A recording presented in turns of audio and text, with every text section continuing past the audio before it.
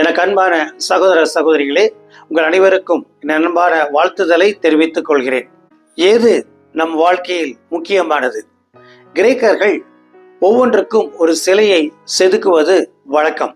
அன்பு, ஞானம், கலை, இப்படி ஒவ்வொன்றுக்கும் ஒரு சிலையை அவர்கள் செதுக்குவார்கள். ஒரு சமயம் ஒரு சிலையை அவர்கள் செதுக்கினார்கள். அந்த சிலை ஓடுகின்ற ஒரு வீராங்கனையை போல் அமைந்தது. அவன் வேகமாக ஓடுகின்றான். காலிலே 2 இறக்கைகள் பொருத்தப்பட்டிருந்தன. தலையின் பின் பக்கத்திலே வழுக்கையாக இருந்தது. முன் பக்கத்திலே கொஞ்சம் முடி தான் இருந்தது. அப்படிதான் அந்த சிலை வடிவமைக்கப்பட்டிருந்தது. இந்த சிலை காலத்தை குறிக்கும் சிலையாக சித்தரிக்கப்பட்டிருந்தது. ஆம், காலத்தை அந்த வீராங்கனை எப்படி வேகமாக ஓடுகிறானோ அப்படி காலம் வேகமாக ஓடிவிடும்.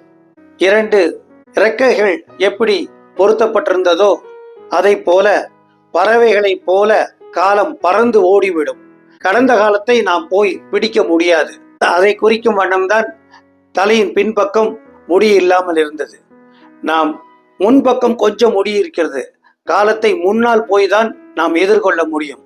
காலத்தை நாம் நிச்சயமாக பிரயோஜனப்படுத்திக் கொள்ள வேண்டும். காலத்தை வீண் போக்க கூடாது என்று கடவுள் நம்மிடத்திலே எதிர்பார்க்கிறார். நிச்சயமாக நாம் காலத்தை நாம் பிரயோஜனப்படுத்திக் கொண்டால் நம் வாழ்க்கையிலே முன்னேறி செல்லலாம். தேவன் தாமே இந்த வார்த்தைகளை ஆசீர்வதிப்பாரார்.